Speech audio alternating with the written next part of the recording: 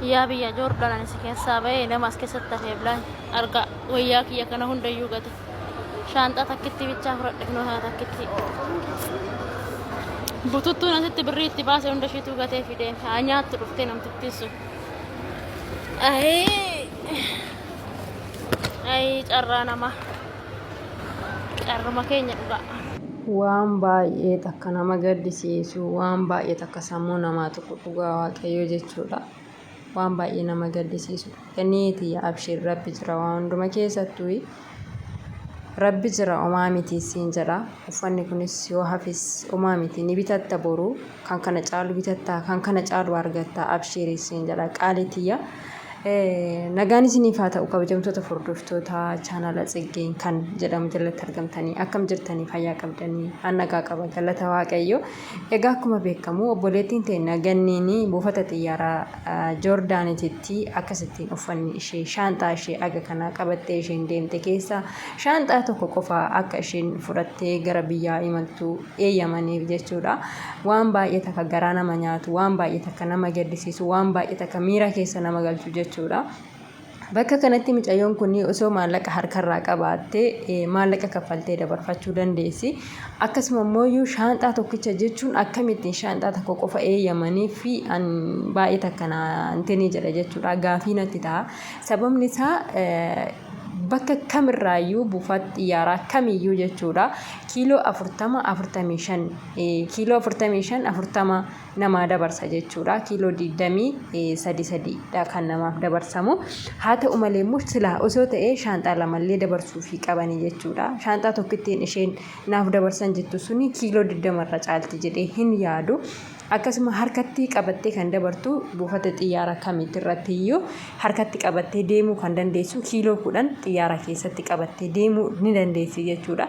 Ani biyyattiin sun biyyattii maalii akka taate biyyattii akkamii akka taate dhugaa waaqayyo baay'ee takka waan nama gaddisiisu baay'ee takka dhugaa rabbi waan jedhu dhabe waan godhuun dhabinaan viidiyoo kana dhaggeeffadhu yeroo isheen viidiyoo sana waraabdee poosti kan goote gaafaan argu dhugaa waan dubbadhu waan dhiisu walii wallaala jechuudha. Maaliifiini bakka kanatti maatiidhuma isheettiyyuu tikeettii yeroo kutuuf yookiin seera qabeessaniin kutiniif ta'a malee tikeettiin kamiyyuu jechuudha kamiyyuu kiiloo 45 kan namaa dabarfamu biyya kamirraayyuu jechuudha biyya kamirraayyuu sarratanyaas ta'ii waan fedhes ta'ii kiiloo 45 dabarfatta jechuudha kiiloo 10 harkatti dabarsita.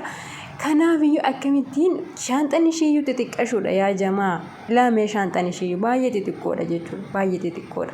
Shaanxaan kun amma uffata agamii of keessaa qaba. Akkasuma immoo akkuma argaa jirru shaanxaan kun guutuu miti mee ilaala shaanxaa guutuun ol ta'a jechuudha. Shaanxaan kun keessa badaan qabu badaa uffanni keessa hin jiru isuma keessa jiru sanaayyuu immoo achitti jalaa hambisanii sashiin akkas dafqa ishee xabbi gootee raawwattee bitatte. Dhugaa waaqayyoo waan baay'ee nama gaddisiisudha. Biyyoonni baay'een ni jiran garuu akka biyya sanaa argee hin beeku jechuudha. Biyyoonni hamoon hedduutu jira. Namni hamoonis hedduutu jira. Namni badaanis hedduutu jira. Garuu immoo morra maatii isheen bira jirtu suni dhugaa waaqayyoo kanuma rabbi irraa dargagalee wayiiti dhugaa waaqaa jechuudha. Baay'ee takka nama rarte baay'ee takka na gaddisiiste. Inaa walaakin waan hunduma keessattuu abshir ganneetiyyaa. Wanti hundinuuyyuu ni darba akkanatti nafu. Qormaanni immoo gaarummaa dhumaafi namni qormaana san argines namni rakkannes jireenyi maal akka ta'e hin beeku jechuudha. Dhugaa dubbachuudhaaf hin rakkanne yoo taate hin qoramne yoo taate jireenyi maal akka ta'e hin beektu. Qormaata keessa immoo hin dabarre qormaata hin argine yoo taate rabbummaa namtiyyuu maal akka ta'e hin beektu jechuudha. Gaafa qoramte gaafa rakkatte rabbii keellee maal akka ta'e rabbiin illee akka qabdu yaadatta jechuudha. Kanaafiyyuu atiyyuu jajjabeedha. Atiyyuu namaaf taata. Atiyyuu nama gorsitaa. Atiyyuu gaachana kenna nuti si abdannaa si ilaallee adeemna.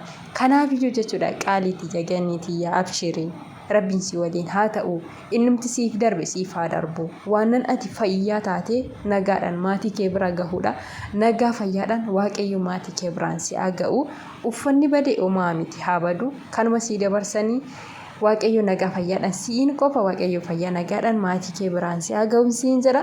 Obboloota koo nagaadhaan akka isheen galtuuf isheedhaaf du'aa godhaafi. Meeshaan homaa miti uffanni homaa miti ni bada jechuudha. Uffanni homaa miti hin cicciteeyyuu hin dhuma miti lubbuu namaati kan waan hundumaayyuu caalu jechuudha.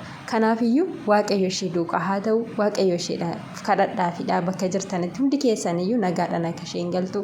Dhugaa mucaan kun dursaa kaastee hanga dhumaatti osoo boossuu jechuudha. Osoo boossuudha kan isheen deemaa jirtu. Waaqayyo ishee duukaa haa ta'u, imimmaan ishee kana waaqayyo isheerra haa xaragu, yaada ishee muraada ishee waaqayyo isheedhaaf haa guutu. Waaqayyoon kadhadhaafi hundi keessanuu bakka jirtanitti. Dhugaa waaqayyo baay'ee takka imimmaan koo harcaasa ishee duukaa jechuudha. Gaafa isheen akkasittiin uffata sana gadi nutti argisiistee raawwattee uffata akka kanaas sitti naa laahaa fi shaanxa tokkotti naa dabarsan gaafa isheen jettu dhugaa waaqayyo waan an dubbadhu waan an godhu waan an dhiisu walii isaa wallaalee. Kanaafiyyuu waaqayyo ishee duukaa haa ta'u, ishee bichaa waaqayyo nagaadhaan maatii ishee haa qaqqabsiisu. Walaakii waan hunduma keessatti wanti godhan hin jiru jechuudha. Jiruun biyya ormaa kun akkana nama goote jechuudha. Keessas yeroo jirtus yeroo keessaa bahuudhaaf jettus haala gaariidhaan sin gaggeessitu. Maaliifin yeroo keessa jirtus haala rakkoodhaan, haala rakkisaadhaan, haala cunqurfamaadhaan keessa jiraatta. Gaafa keessaa baatee deemuudhaaf jettus immooyyuu haala rakkisaadhaan, haala cunqurfamaadhaan keessaa baatee deemte jechuudha. Haa ta'u malee immooyyuu lafa itti deemtu sanatti, karaa irra deemtu sanatti waaqayyo si duukaa ta'ee nagaa fayyaadhaan lafa yaadde sana gahuun iyyuu waan tokko, waan guddaa tokko jechuudha. Waa tokko qabadheen deemaa osoo hin taane fayyaa kan koof nagaa kan kootiniin maatii koo qaqqaba, fayyaa koof nagaa kootiniin biyya koo ga'a jedhanii yaadunuu gahaadha. Dhugaa waaqayyoo jechuudha.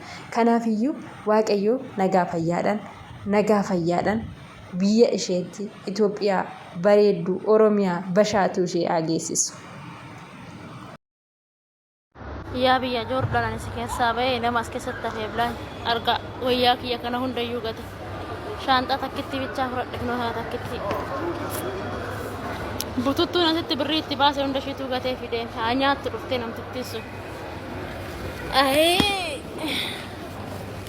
Ay carraa namaa.